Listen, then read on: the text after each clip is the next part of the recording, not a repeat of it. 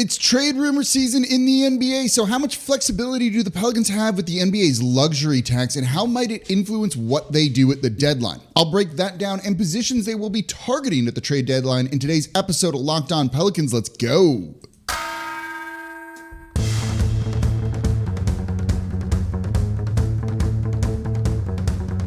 You are Locked On Pelicans, your daily New Orleans Pelicans podcast. Part of the Locked On Podcast Network, your team every day. Welcome to another edition of Locked On Pelicans, the daily podcast covering your favorite team, the New Orleans Pelicans and NBA, part of the Locked On Podcast Network, your team every day, available wherever you get your podcasts and available on YouTube. I'm your host, Pelicans Insider, credential member of the media, Jake Madison, at NOLA Jake on Twitter. Here with you on this Tuesday. One more day till we get to the Pelicans' nationally televised game against the Golden State Warriors. We'll talk a little bit more about that game in tomorrow's show, and we'll recap it on Thursday. But I want to get into trade talk, trade rumors. We'll talk more about this in tomorrow's show as well, because as we gear up towards the NBA's trade deadline, we're getting close to when teams are going to be making moves, and we want to know what the Pelicans are going to be doing. So we're going to kind of cover it all here. The NBA's trade deadline, by the way, it is Thursday, February 8th, so we're about a month away or so, a little bit under that. So we'll cover why the Pelicans might make a move, the positions they want to target, but more importantly, their salary cap situation, because that's going to frame everything that we look at. You can't discuss trade scenarios, guys they might go after, players they might even sign without looking at where they stand in relation to the salary cap. We'll break it down for you in today's episode of Locked On Pelicans. Today's episode of Locked On Pelicans is brought to you by FanDuel. Make every moment more. Right now, new customers get $150 in bonus bets with any winning $5 money line bet. That's $150 if your team wins. Visit FanDuel.com/lockedon to get started. And of course, thank you for making Locked On Pelicans your first listen today and every day. We are here Monday through Friday, the number one Pelicans podcast, coming to you like nobody else does, breaking down the topics you want to know. And we're going to cover the salary cap here today. So tell a friend about the show, subscribe, become an everyday or listen Monday through Friday so you never miss an episode. This episode is going to be important because it's going to frame every sort of trade discussion talk that we have. So let's get into the luxury tax and kind of explain it a little bit. The NBA salary cap is kind of tiered. It's a little bit different than the NFL's. There's a soft cap and a hard cap. There's also other additional thresholds in there. We don't need to get into all of that right now. The one that you care about right now is the luxury tax. When you go over a certain amount of payroll, and this year it's basically $165.3 million, essentially. When you go above that, you get taxed. And for the Pelicans, given where they are, there's kind of a scale to it. For every dollar they're over that, they need to pay an additional $1.50. So it can get very steep. The Pelicans, by the way, are one of two franchises in NBA history to never pay the luxury tax. So this is something they try and avoid. Currently, as it stands, like as of today, there are 10 teams in the luxury tax, the Pelicans being one of them. Now, the Lakers and Pelicans can easily duck it, and let's just pretend for a moment that they do. That means there's 8 teams in the luxury tax, and that comes to about $520 million in luxury tax payments. The way this works is the remaining teams, so 22 other teams, split half of the luxury tax payment. So about $260 million gets paid out equally to 22 teams. That's about $11.8 million for each team. So where the Pelicans are right now, I jumped ahead, which I didn't mean to do. Their tax bill, they're 2.936 million over the luxury tax line. The Pelicans' luxury tax bill comes to about $4.404 million on top of paying that basically $3 million in salary tax, right? Gail Benson is rich, so she and the team should just pay that, right? Not so easy because there is more to it. So again, if you have 8 teams in the luxury tax paying $520 million, $260 million can get paid out to 22 teams, $11.8 million to each team. So if the Pelicans duck the luxury tax, let's say they get right under that, right? They not only save $4.404 million, they also get that 11.8, which comes to around 16.8 $16.22 million for the team if they duck the luxury tax. For a small market team, that's significant. It might not mean much for a team like the Lakers, but at the Pelicans, yes, absolutely. So when we look at what they might do around the NBA's trade deadline, I still think ducking the luxury tax is going to be something that they're going to look to do just because there's so much money on the line. It is certainly easy just to say, pay it. It's not my money. I think the team should pay it every year. I truly mean that. But if you're looking at it in relation to what they might do, if they don't get that $16.22 million coming in, does that mean they need to skimp elsewhere? Is that money they might rely on? And certainly for a smaller market team that is facing a little bit of uncertainty when it comes to money coming in due to Bally Sports and kind of the collapse of the Diamond Sports Group, that could be a problem. So I think they may need that money, and that's something that we need to consider when looking at everything that they're doing here. So yes, when you look at it, they're over the luxury tax line because of Kyra Lewis Jr. If you like this team, but you're not playing Kyra Lewis Jr., it's probably not worth foregoing $16.22 million. Let's call it $16 million to make the numbers easy here. So they might look to try and do that, and it might be the prudent move so that it doesn't impact the team in a negative aspect elsewhere.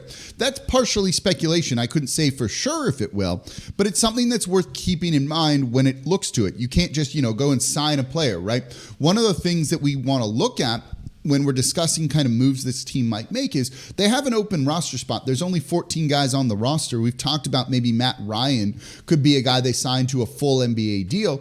But even if you sign him on the vet minimum, it's not just the salary you need to pay, which would be prorated at this point, but it's also going to go into the luxury tax. So that jumps you above that $4.404 million that they're paying. That would be more. And you lose that other money. So you've got to factor all of those things in there too. So it's important when you're discussing any trade rumors and targets for the Pelicans and other moves that they might make. So I think they feel they can be competitive here, right? This team has looked good. Do you want to make a trade that kind of takes you back if it's just to save money? And I don't think that's the direction the Pelicans necessarily want to go. But there is something happening right now, which might be a first for this team, something we've never really seen the past couple of years. Let's look at that coming up here next in the next segment in today's episode of Locked On Pelicans. Right now, I want to tell you about BetterHelp, and this episode is brought to you by BetterHelp. Look, therapy can be important for growing as a person, and you don't need to just experience major trauma, have some major life event or something negative happen to you to benefit from therapy. Maybe you just want to be the best version of yourself, learn positive coping skills, how to set boundaries, just basically be the best version of you in 2024. You don't need something bad to have happened. So if you want to improve as a person, BetterHelp is a great way to try and do it. And what I love, and I've used BetterHelp before, is that it's entirely online and designed to work around your schedule. I don't have time to drive to a doctor's office, to sit in a waiting room, then go in, then drive home. I'm busy. I do this show for y'all. We go to games, right? I have other jobs that I do as well. I need to be able to just hop more or less on a Zoom call, even though it's not through Zoom, and just speak to someone, get what I need, and get on with my day. And BetterHelp can do that. Again, it's designed to be entirely convenient, flexible, and suited to your schedule. And you just fill out a brief questionnaire to get matched with a licensed therapist. And if you don't like them, you can switch therapists at any time for no additional charge. So celebrate progress you've already made and work towards making more progress by visiting BetterHelp.com/LockedOnNBA today to get 10% off your first month. That's BetterHelp, HELP.com/LockedOnNBA. Again, to get 10% off your first month with BetterHelp. And thank you for making Locked On Pelicans your first listen today and every day. We're here Monday through Friday, the Number One Pelicans podcast, coming to y'all like nobody else is, breaking down the numbers behind the salary cap, explaining why it's important. We can pretend this is NBA 2K and that money doesn't matter, and we can just go throw trades around and talk about all that, kind of chase names, chase SEO, and try and get people on the show. But you need to know the kind of why behind the Pelicans thinking and why they might make certain moves. I'll probably joke around and we'll probably put trade rumors in a title or something. It's probably coming soon, maybe even as soon as this week, maybe as soon as tomorrow, just to have a little bit of fun with it.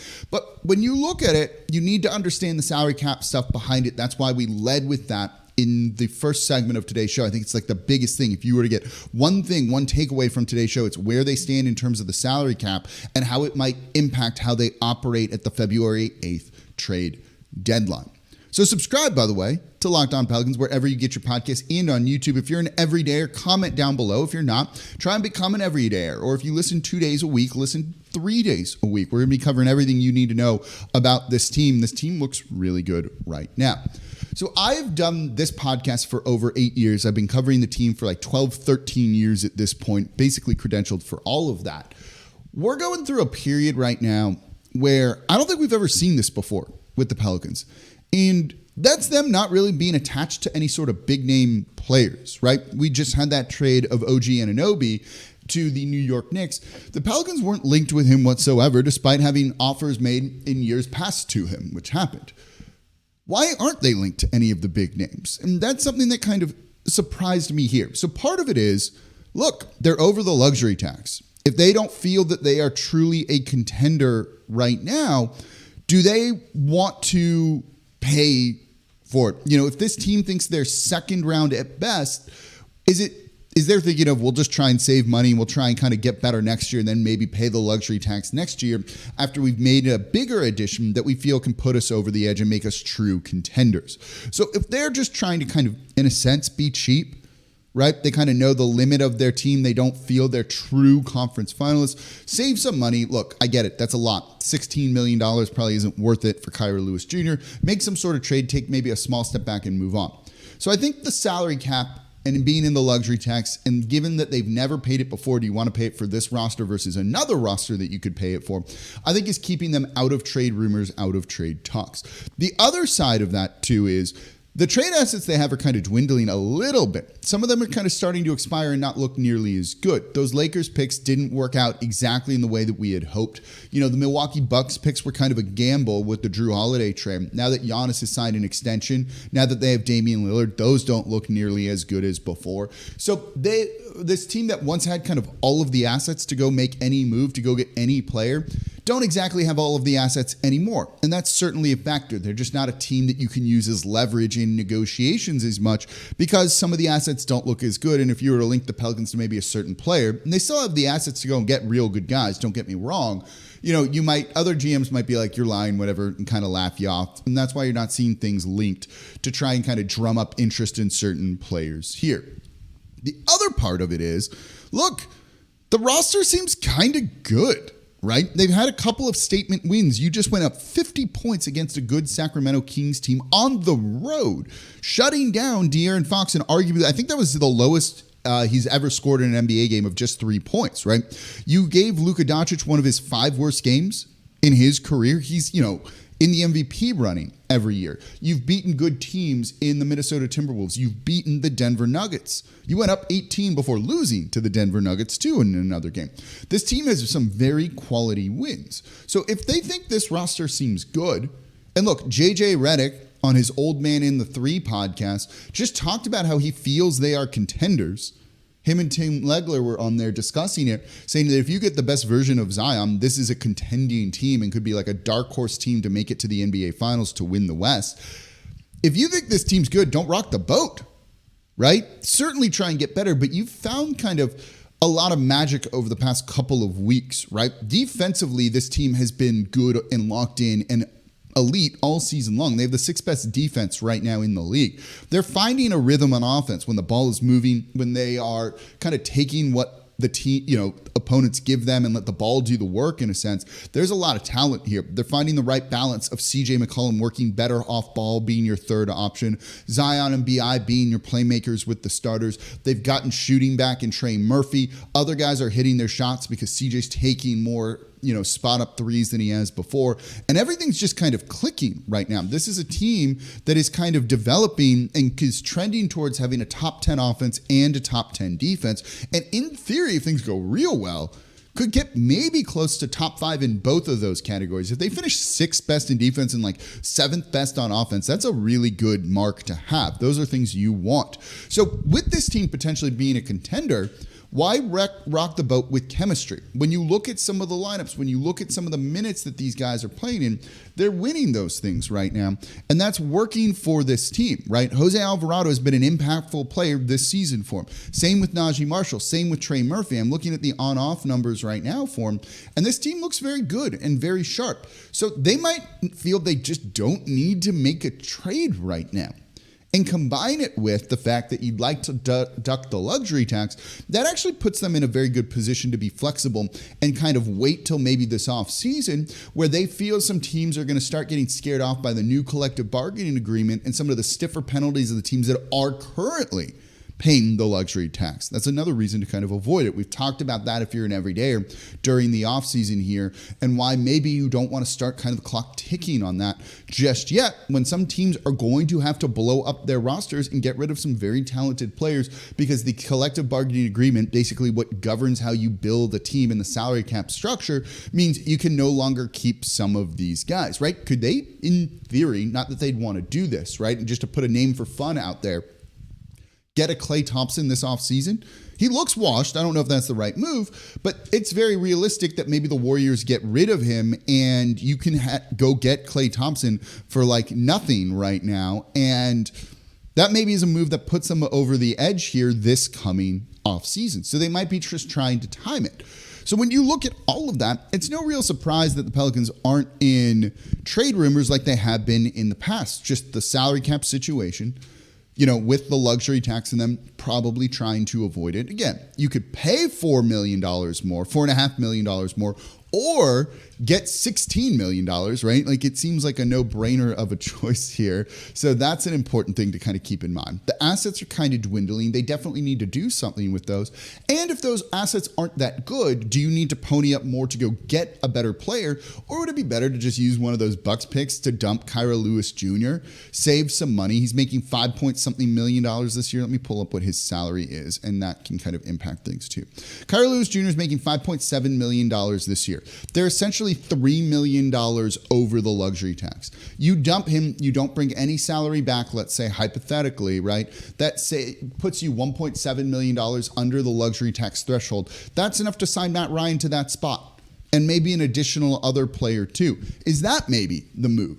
So I don't find it surprising that the Pelicans aren't actively here in all of this, right? This team is good. I saw a lot of people after that New York Knicks trade going and getting OG Anunoby, who's a fine player, but kind of jack of all trades, master of none. Is that exactly what the Pelicans need? And I don't think that it is. So rather than forcing a move, paying the luxury tax, and then dealing with the second apron is what it's called when, likely next season then when you get a guy like that, the Pelicans are trusting their roster, realizing they're actually good here and not making a move. So it is a little bit strange that they're not included in any of the trade rumors. Normally, they're that team that gives you a ton of leverage. But when someone who's super smart like JJ Redick says, maybe this team's a contender, if Zion kind of puts it together, and Zion has been putting it together, I definitely think that, they don't need to make a move. Save the money, upgrade this offseason, and then your window is truly open because it's going to be closing for some of these other teams. The Celtics are eventually going to have to blow up their team. They've been the best team in the league thus far, right? There's a cap on what the Bucks are going to be able to do too. When you look at the Denver Nuggets, they're in the luxury tax. When you look at some of the other teams in the luxury tax too, those are franchises like the Clippers is that going to be sustainable for them long term? And I'm not sure that it is, right? The Suns have a luxury tax of $50.7 million. Their combined payroll and luxury tax payment is $237.5 million. Is that sustainable for them, right? So you look at some of these teams, and maybe you just try and wait them out. The experiment working for the Phoenix Suns. I'm not sure. So I think you're seeing the Pelicans be patient and just not going to be, the players that they have been or linked to in the past. Normally we get a ton of rumors. Makes my life really easy. But I think they're looking to just maybe tweak around the edge, save a little bit of money, and that's what they're looking to do. We've seen people say like, go get a move, go do something. This team's good right now. Let's see what they have here. This is your year to figure that out, and if it doesn't truly work, you can retool everything this offseason so you don't need to kind of make any sort of short-sighted aggressive move right now, and I think that's one of the reasons why maybe things are a little bit quiet on the trade front when it comes to the Pelicans in terms of big-name players. Doesn't mean they don't want to make moves or make changes, though. So let's talk about it. I got 3 positions they'd like to maybe add a piece to, even if it's not a big name piece or kind of the difference maker that you think. Let's look at positions they want to target, they'd like to upgrade. Coming up here next in today's episode of Locked On Pelicans. Right now, though, I'm excited to tell you about FanDuel, right? The NFL regular season is done, but the playoffs are about to be underway. NBA is going on right now, so it's the best time to get in on the action with FanDuel, America's #1 sportsbook. Right now, new customers get $150 in bonus bets guaranteed when you place a $5 bet. It's $150 in bonus bets, win or lose. Any bet, $5. Win or lose, you get $150. You basically won that bet with $150 in bonus bets. And what I love about FanDuel is the app is super easy to use. They have all of the betting options that I'm looking for: spreads, player props, over-unders. My favorite are the parlays.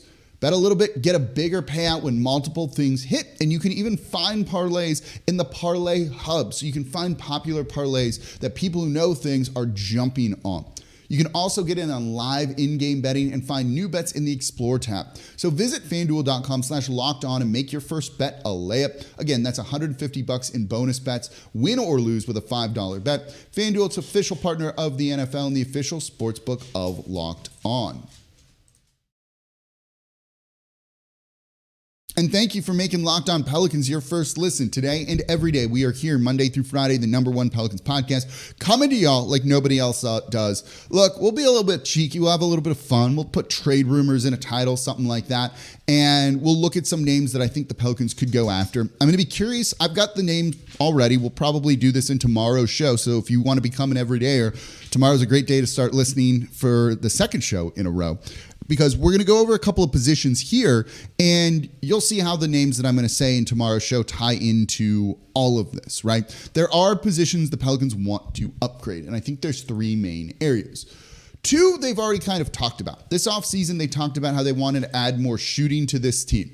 Trey Murphy coming back from injury kind of does it, right? Matt Ryan had done that as well for the team. So did Jordan Hawkins. So I think they feel good in terms of shooting. You'd like maybe another shooter. If you could get another athletic wing that shoots and defends, easier said than done because everyone wants those guys in the NBA. That would be an ideal kind of player for this team. Just a little bit more depth there. Maybe someone they trust a little bit more so than Jordan Hawkins, that you feel comfortable playing in crunch time minutes or in a close game and you're not worried about the defense or them making a mistake. Might be better to develop Jordan Hawkins instead of whatever that potential player could be. We'll give you some names in like tomorrow's show and stuff. Something to kind of keep in mind. More shooting is never a bad thing. We've seen how important the spacing is with Zion Williamson, with Brandon Ingram. CJ working in more of a spacing role this season than he has before.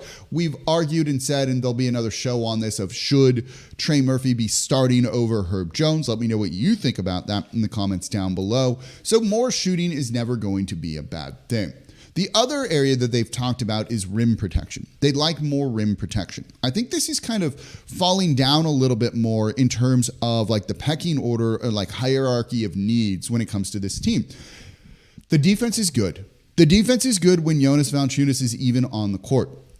He's not a rim protector, but with Larry Nance Jr. playing at such a high level right now, you know, the way you keep teams from shooting at the rim, scoring at the rim, is you just don't let them into the paint. When they don't get into the paint, do you need a rim protector? This has been their MO for the past couple of years. Some people don't like this, and they'll point to the fact that teams shoot a high percentage at the rim against the Pelicans. That doesn't really matter to me as much when it's on such low volume, which is what's happening this season with the Pelicans. They've just, again, straight up been good defensively. And so if teams aren't shooting at the rim, well, I'm not as worried about it, right? Teams are only shooting 31% of their shots at the rim. That's 8th best in the league this season.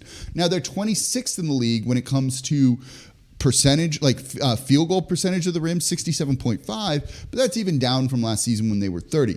When you just limit it like that, it doesn't actually hurt you as much because they're also then limiting 3-point attempts and doing a very good job of contesting all those because guys are out there on the perimeter, right?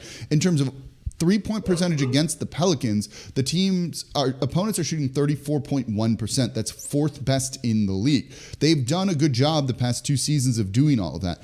The defense is good. I just don't see as much of a need for a rim protector right now when the defense is working as is. When you can upgrade in other areas, I'd rather add more shooting and a guy that Willie Green is going to play than really change much on the defense that, again, they're elite. They're the sixth best. What do you need to change there, right? Why invest your resources in that if it moves you from 6th to 4th, if it would even do that? And I don't think that adding a backup rim protector, not even a starter necessarily, would do. So I think they're good in that regard. If you can get it, if you have a guy like that, right? Like the idealized version, and he's not good and you don't want to do that now, would be like Nerlens Noel. I don't think that's really what you need to invest resources in, use a first-round pick on, or anything like that. So I just don't think that's an area they need to upgrade. The other area that I think you could really look at here is a point guard, but not in the sense of what you're probably thinking. A lot of people have said they need a true point. They need to get a Chris Paul, something like that. No, I don't think they need a starting point guard. Brandon Ingram, as you saw the playmaking against the Sacramento Kings, can do that at a high level. Zion does it with his court gravity and can make the right read and can make most of the passes too. CJ can do it with some of the backups, I think, a little bit. But what about if none of those guys are out there, or if you have just one of those guys out there, right? One of the reasons that they're working so well is there's multiple threats that are multiple creators out on the court right now. If you only have one of those three, Zion, CJ, or BI, you have fewer creators out there, and that can lead to some stagnant offense when you're running lineups with Najee Marshall, with Dyson Daniels, and BI and Valanciunas out there, and pick your fourth guy, right? Trey Murphy, let's say. You need another creator out there, I think, and that's something that I feel the Pelicans could upgrade on. So you're looking at a backup point guard, not a starting point guard, a guy that can kind of run with some mixed second unit lineups. And I don't mean the entirety of the second unit. This is called a rotation for a reason, right? How often are they trotting out a lineup of just 5 backup players? And truth be told, it's really not very often at all. It's not even in their 10 most used lineups or anything like that. So you don't need it just to run with the backups. You need it to just augment Brandon Ingram, supplement Zion Williamson, take some pressure off CJ McCollum as another creator. If you get Chris Paul at a minimum to come off the bench and work in that role, yeah, that I think would work. But when you look at some of the lineups and minutes and things like that, and let me see if I can pull this up really, really quickly here. I'm pulling up how many minutes they've played where Brandon Ingram, CJ McCollum, and Zion Williamson aren't on the court here, and I don't think this is going to be very high at all. Let's see here. As I wait for it to do it, this is what happens when I don't pull up the stats ahead of time. The most used lineup, here you go, is Jose Alvarado, Dyson Daniels, Jordan Hawkins, Najee Marshall, and Cody Zeller. You also have one that's similar here of Matt Ryan, Dyson Daniels, Hawkins, Herb Jones, and Jonas Valanciunas. Combined, those lineups have played 25 possessions. 25 possessions. That's not happening very often. So you don't need a lineup, a guy that will really go out there and kind of run with the second unit. It's just to help BI, help Zion, help CJ McCollum. And I think that's what you're really looking for, right? That's where I think a backup point guard, and I have a specific name in mind. Let me know in the comments down below on YouTube if you think you can guess it. It should be available and would be perfect for this team, would be perfect for a lot of teams. That's the type of guy that I would look to use to kind of help take the pressure off some of those guys and be a secondary creator, even though they're the point guard, alongside one of the starters and then 3 other guys as well that aren't, CJ, BI, Zion, something like that. That's a position that I think could be one of the biggest needs and really help elevate them. The defense has been good no matter what. That's why I'm not interested in a rim protector. The offense goes through spurts, and Willie Green kind of goes through some weird things that he does. So you want, in that case, another backup point guard, another point guard to kind of be a creator for other guys, set them up, just like the starters are doing right now and doing a very good job of it, and why you're seeing the Pelicans kind of take off. So in tomorrow's show, we'll go over some of those names. If you have trade targets that you're interested in, let me know in the comments down below. I'll take a look. Maybe we'll include those in tomorrow's show. So your chance to influence tomorrow's episode of Locked On Pelicans. So you want to become an everydayer of the show. And subscribe to Locked On Pelicans wherever you get your podcasts and on YouTube as well. Show's doing great right now. It's because of your fan base. Maybe I'll share some kind of behind the scenes Locked On numbers, some really cool stuff that got told to me in tomorrow's show with you. This is why I always thank y'all. Say you make the show what it is. I'll share some of what I can with some of that stuff. You don't need all the inside stuff, but really interesting, cool things to see that should make you proud to be a Pelicans fan and of the fan base that you're a part of. So that'll also be in tomorrow's show just a little bit as kind of like a thank you for all of y'all. So that's going to do it for this episode of Locked On Pelicans. As always, I'm your host, Jake Madison, at NOLA Jake on Twitter. We are part of the Locked On Podcast Network, your team every day. Some trade target names in tomorrow's show, and I'll see y'all then.